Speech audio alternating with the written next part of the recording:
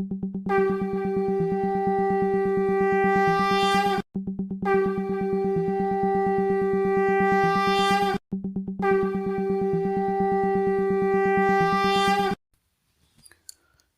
पुरुषोत्तम।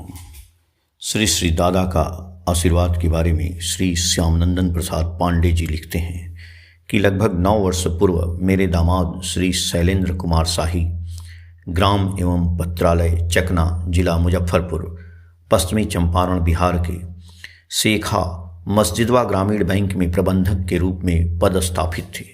वे निकटतम ग्रामीण bank bell sundry के प्रबंधक श्री अरविंद कुमार शर्मा के साथ वहीं रहते थे। वह क्षेत्र पूर्व से ही कर्मचारियों व पदाधिकारियों के अपहरण की घटनाओं से मशहूर रहा है। दुर्भाग्यवश कुछ स्थानीय बदमाशों ने बेल संडी से मेरे दामाद के साथ ही श्री अरविंद कुमार शर्मा तथा वहाँ के चपरासी को अपने साथ अगवा कर लिया तथा निकटवर्ती घने जंगलों में नेपाल की सीमा के भीतर कहाँ छिपा रखा था पता नहीं। जाड़े का मौसम था और उन लोगों के पास गर्म कपड़े तथा चादर आदि भी नहीं थे। यह तो और भी एक कठिन समस्या थी। जिला में हाहाकार मच गया। रेड किए जाने लगे किंतु उससे कोई फल नहीं मिला। बदमाश लोग ठिकाना बदल बदल कर बचते रहे और दोनों प्रबंधक तथा चपरासी का कोई सुराग नहीं मिला। इस तरह से 2 माह यूं ही गुजर गए।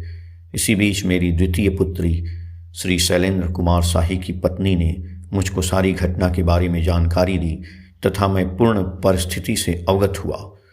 उन बदमाशों ने श्री शाही से बलपूर्वक एक पत्र लिखवाकर मेरी पुत्री के नाम से मुजफ्फरपुर पते पर भिजवा दिया।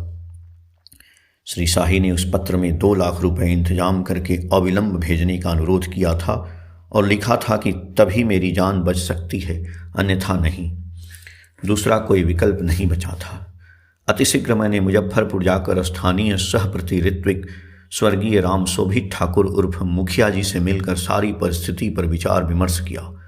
उन्होंने साथ ही साथ देवघर सत्संग आश्रम चलने कहा और इस कठिन विषय को दादा के निकट निवेदन करके उनसे आशीर्वाद लेने की सलाह दी। 2 दिनों के बाद उनको साथ लेकर देवघर सत्संग आश्रम पहुँचे। संयोग बस सत्संग विहार भवन में श्री नारायण दा ऋत्विक भी उपस्थित थे। उन्होंने भी श्री श्री दादा के निकट उक्त घटना को निवेदन करके आशीर्वाद प्राप्त करने की सलाह दी। आश्रमवासी श्री लाल दा एवं राधा कृष्ण लाल दा ने भी श्री श्री दादा से मिलने के लिए प्रेरित किया। 11 बजे दिन में स्वर्गीय राम शोभित ठाकुर को लेकर पूज्यपाद दादा के निकट जाकर उन्हें दंडवत प्रणाम किया। उस समय वहाँ विशेष कोई व्यक्ति नहीं था। स्वर्गीय मुखिया जी ने उन्हें सारी बातों तथा परिस्थिति से अवगत कराते हुए उनसे आशीर्वाद प्राप्त करने की प्रार्थना की। कुछ क्षणों तक बिल्कुल मौन रहकर श्री श्री दादा ने कहा, यह कार्य तो बड़ा कठिन है किंतु प्रयास करें, सफलता अवश्य मिलेगी।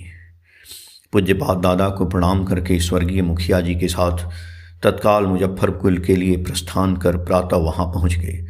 स्वर्गीय मुखिया जी ने नरकटियागंज के एक गुरु भाई को श्री अमरनाथ गुप्ता के नाम से एक पत्र लिख कर दिया और उनसे आग्रह किया कि शीघ्रता से जुटकर इस कार्य में पांडे जी को सहयोग करें।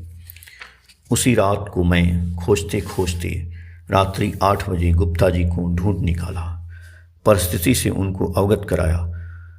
उन्होंने अपने निवास स्थान में ही मुझे ठहराया और भोजनोपरांत वहाँ रात्रि विश्राम किया। प्रातः प्रार्थना के पश्चात गुप्ता जी ने कहा, चलिए मुजफ्फरपुर से स्वर्गीय रामवीर दा आए हुए हैं, उनसे भेंट कर लें। संयोगवश वे मिल भी गए। परिस्थिति से उन्हें भी अवगत कराया। तत्काल उन्होंने पूछा, क्या आपके दामाद दीक्षित हैं? मैंने कहा नहीं। इस पर उन्होंने सुझाव दिया कि आप अभी से ही 4 आने पैसे उनके नाम से इष्टवृत्ति निवेदन करना प्रारंभ कर दें। मैंने उसी दिन से उसका अनुपालन कर रहा हूं जो आज तक उनके नाम से इष्टवृत्ति करना जारी है। श्री गुप्ता ने तब सिरवा मस्जिदवा गांव के एक संभ्रांत व्यक्ति नियाज अहमद ने मुझे मिलाया, जो उसी बैंक में पदस्थापित थे किंतु उनका निवास स्थान था बेल संडी, जहां दोनों प्रबंधक एक साथ रहा करते थे। वे खूब तत्परता से इस काम में लग गए।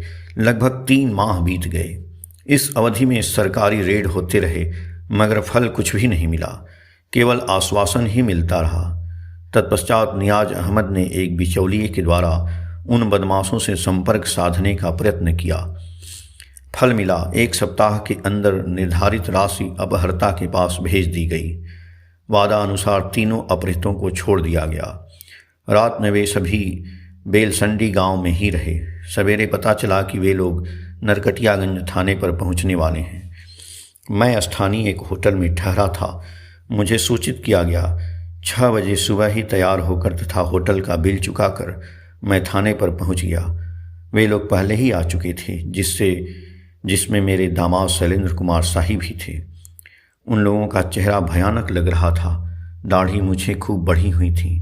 मेरे दामाद का चेहरा तो और भी विकृत लगा। उनके गले में घाव का चिन्ह देखा और बाएं हाथ पर भी घाव का चिन्ह दिखाई पड़ा।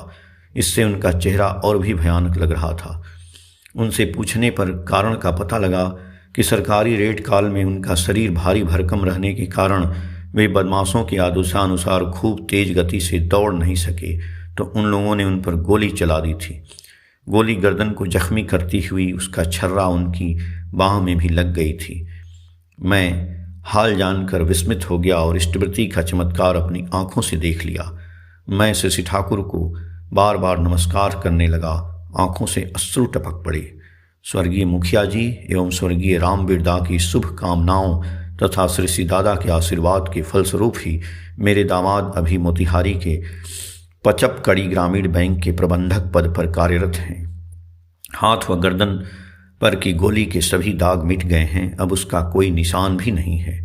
श्री ठाकुर जी से मेरी करबद्ध प्रार्थना है कि उन्हें सद्बुद्धि दें और वे श्री ठाकुर के शरणापन्न हो सतनाम ग्रहण कर लें, जो उन्होंने अब तक नहीं किया है। इसके लिए मैं सदैव उनसे आग्रह करता रहा हूँ और मैं तभी से उन्हें बचाने के लिए उनके नाम से नियमित इष्टवृत्ति करता आ रहा हूँ और अब तक जीवित रहूँगा। उनके हित के लिए ऐसा करता रहूँगा। परम दयाल श्री ठाकुर से मेरी आंतरिक प्रार्थना है कि वे उन पर दया करके सतनाम ग्रहण करने की प्रेरणा दें, ताकि वे श्री ठाकुर की नीति विधियों को मानकर चलें एवं अपने जीवन को सार्थक बनाएं। 7 मार्च 2007, पेज संख्या 36-37 से। जय गुरु।